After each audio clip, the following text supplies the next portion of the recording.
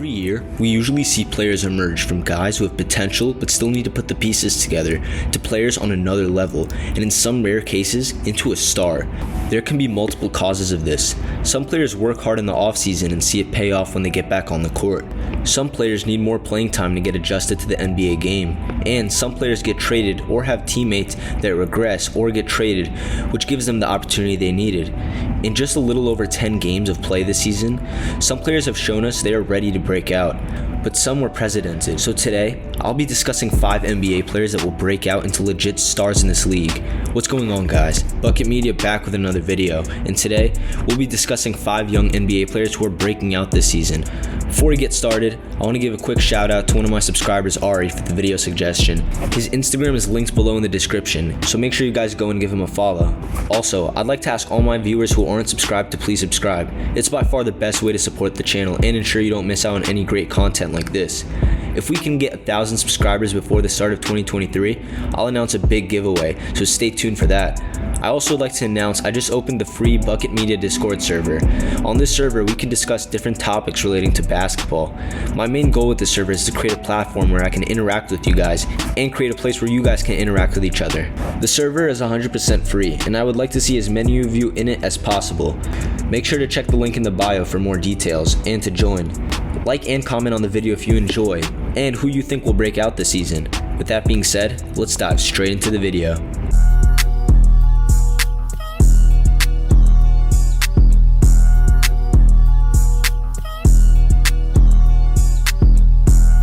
I have Franz Wagner of the Orlando Magic. When Franz was drafted with the 8th pick in the 2021 NBA draft, many people, including me, thought the Magic made another bad draft pick, but he shocked the basketball world by coming out and averaging 15 points and 5 rebounds a game as only a rookie while being considered one of the best rookies in the entire league last year. This past summer, Franz played with the Germany national team, and he was one of their leading scorers while scoring on 50-40-90 efficiency and helping to lead Germany to a bronze medal. In just a little over 10 games this year, he's averaging 18 points a game and looking much more comfortable in the NBA game. With this Magic team currently constructed, I see Franz as the second option, and he will have a chance to lead this team. But my 2 biggest questions for Franz is his 3-point shot and rebounding ability. Franz is definitely a unique player. At his size and stature, he's a slasher that gets downhill with unbelievable pace. But in these first 10 games of the season, he has been shooting 23% from 3. And with guys like Paulo and future players emerging and joining the Magic, he must develop a better shot because he won't always have the ball in his hands. It is already very impressive that he could score 18 a game without a 3-point shot. But if he can become a 40% shooter, I could see him averaging over 23 points a game and breaking out into that star. Also, I'd like to see him rebound the ball just a little bit better. Even though he's only averaging 4 rebounds a game, at his size, he definitely has the capabilities to stuff the stat sheet in that category. Also, due to Franz playing more of a cut to the basket role when he doesn't have the ball, he'll be near the basket a lot, which gives him more opportunities to grab more rebounds. Overall, if we can see him get more rebounds and develop a 3-point shot, which is the biggest priority, Franz will take his game to the next level as the Magic keep looking to build their roster and win games in the future. At 4, I have Anthony Simons of the Portland Trail Blazers.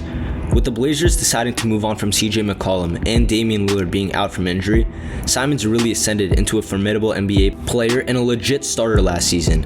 In the 2020-21 season, he was averaging 8 points a game, but boosted it to 17 points the following season on 40% efficiency. But the question everybody had for Simons is, can he put up these numbers while winning? Because although he was producing in a fashion none of us were used to, the Blazers were still one of the worst teams in the NBA. Well, up to this point in the season, Anthony has answered all those questions while backing up that he is worth that 4-year, $100 million extension he got. Not only did he boost his points per game average from 17 points to 22 points a game, but he has helped lead the Trailblazers to a 9-3 record, which is good for second in the West. With Dame's injury, he has been the main option on certain nights and shocked the entire NBA world by showing that the Blazers aren't a lottery team anymore. But the question now is, can Anthony keep these stats while continuing to help this Portland squad into the playoffs? If he can do this, I'm sure we'll all look at Simons in a different light and see him as a star. I think Simons even might have a legit chance at making the All-Star team this year. I legitimately think that with his stats and wins in consideration, Simons is a top 5 guard in the Western Conference, in a category with guys like Steph Curry, Luka Doncic, Devin Booker, Ja Morant, and Russell Westbrook. I'm joking, not Russell Westbrook, obviously. But in all seriousness, with his emergence and other players' regression and moving to the Eastern Conference, he has a legit shot at being an all-star this year and will continue to shock everyone heading deep into the season. At 3, I have Lauri Markkanen of the Utah Jazz. It's safe to say that there has been no breakout in the entire NBA as unprecedented as Lauri Markkanen's has been. When the Donovan Mitchell trade went down, all I saw as assets were Colin Sexton and the future picks they got. But Markkanen has absolutely exploded into a star for so many reasons. But although he's ascended so quickly, he was always a good player. In Lauri's second season in the NBA just 4 seasons ago, he was averaging 19 points and 9 rebounds a game and looking like an established NBA player. But as the years went on, his numbers slowly regressed as his role diminished and he got less touches while having to deal with injuries. Many people, including myself, started to forget about him and not expect much out of him anymore. Once he signed with the Cavs, he started to find a role as a stretch forward who could shoot at a high clip over anybody. But once the Jazz acquired him, he absolutely took over. Currently, Lauri is averaging a career highs across the board with 23 points a game, 9 rebounds, and 3 assists. But more impressively, he's led the Jazz to a 10-3 record, which is on pace for a 60-win season by the end of the year, and the number 1 seed in the Western Conference, all while clearly being Utah's best player. So how exactly did that happen? In previous years, on previous teams, Lauri was boxed into just one role, whether that be just a spot-up shooter or a regular big. But this year, Will Hardy has established a system that gives Lauri the freedom to play his game.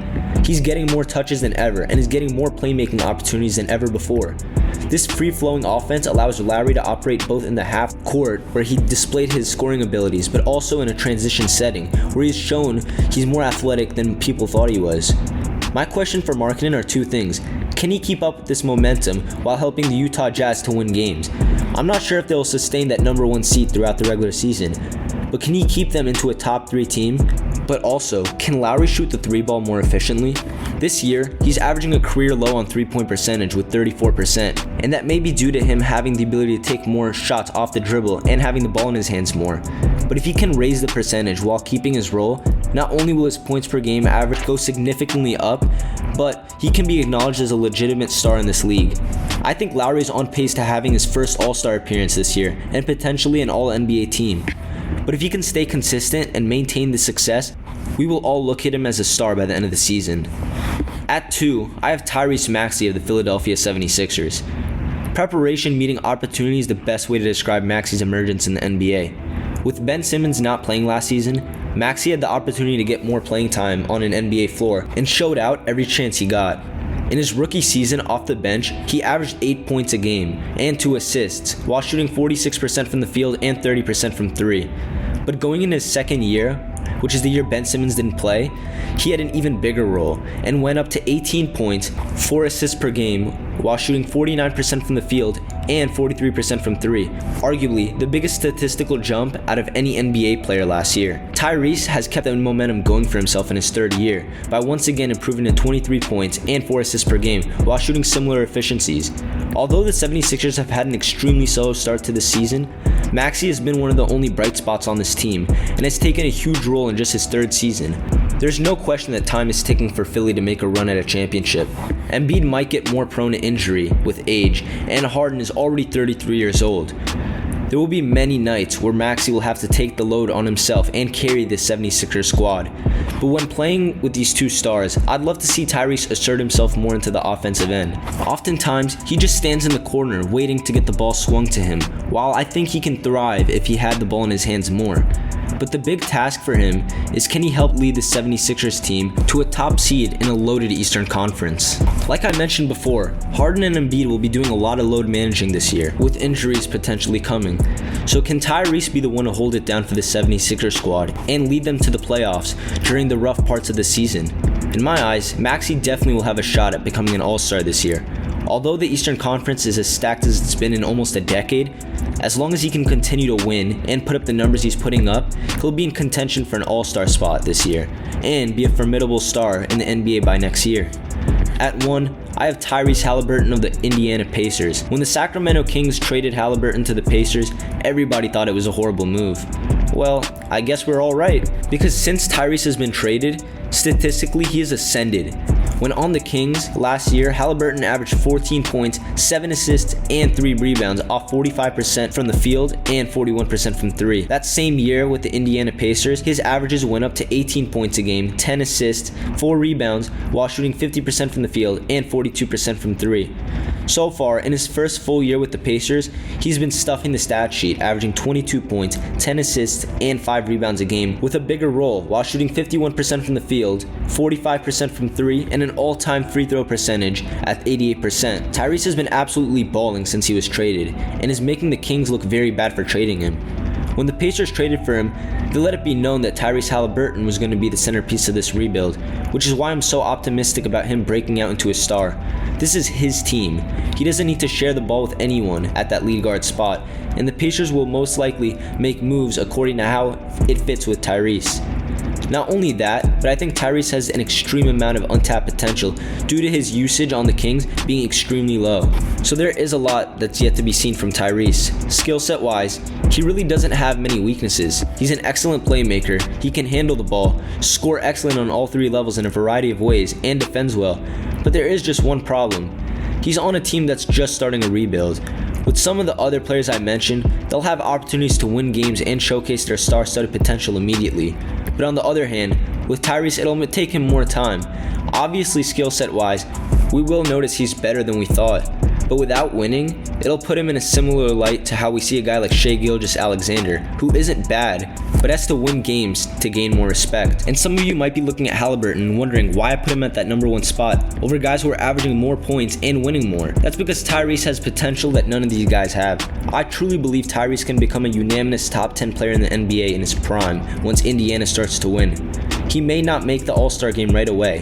He may not make all NBA teams right away, but one thing's for sure is this is a statement year for him, and he will break out this year. He will let the NBA know what he is about, and once the Pacers start to win games and make playoff runs, Tyrese Halliburton will be one of the biggest stars in the NBA. So obviously, when making this list, guys had to be left out. Some honorable mentions are Anthony Edwards, Josh Giddey, and Keldon Johnson. Like I mentioned earlier, some of these players will take time to develop, and some will emerge immediately. But these are 5 players I think will put their name out there and break out this NBA season. Thank you guys so much for watching. If you made it to the end and you enjoyed this video, please subscribe. It is by far the best way to support me and help this channel grow. And I appreciate you so much if you're a returning or new subscriber. Once again, I apologize about that long hiatus I had without notice, and I'll grind out a bunch of great videos for you guys in the future. Stay tuned because we have some big stuff coming soon, and the giveaway I mentioned earlier.